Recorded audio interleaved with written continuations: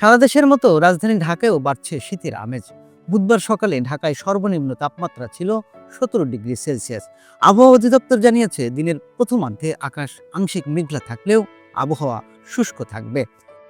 অধিদপ্তরের ঝড় সতর্কীকরণ কেন্দ্র থেকে প্রকাশিত সকাল 7টা থেকে পরবর্তী 6 ঘন্টার জন্য ঢাকা ও পার্শ্ববর্তী এলাকার আবহাওয়া পূর্বাভাসে আরও বলা হয়েছে, আকাশ অস্থায়ীভাবে আংশিক মেঘলা থাকতে পারে।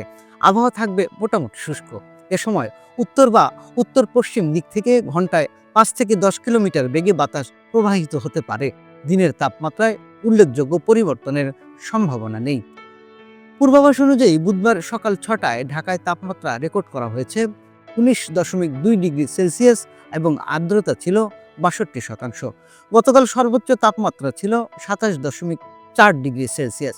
আজকের সর্বনিম্ন তাপমাত্রা 17.1 ডিগ্রি সেলসিয়াস। বুধবার সূর্যাস্ত হবে সন্ধ্যা 5টা 11 মিনিটে এবং আগামীকাল সূর্যোদয় ভোর 6টা 27 মিনিটে। গত 24 ঘন্টায় ঢাকায় কোনো বৃষ্টিপাত হয়নি।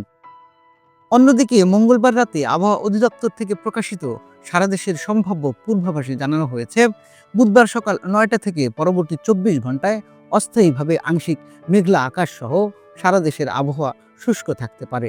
সেই সঙ্গে সারা দেশে রাতের এবং দিনের তাপমাত্রা সামান্য কমতে পারে। এছাড়া ভোরের দিকে দেশের উত্তর পূর্বাঞ্চলের কোথাও কোথাও হালকা কুয়াশা পড়তে পারে।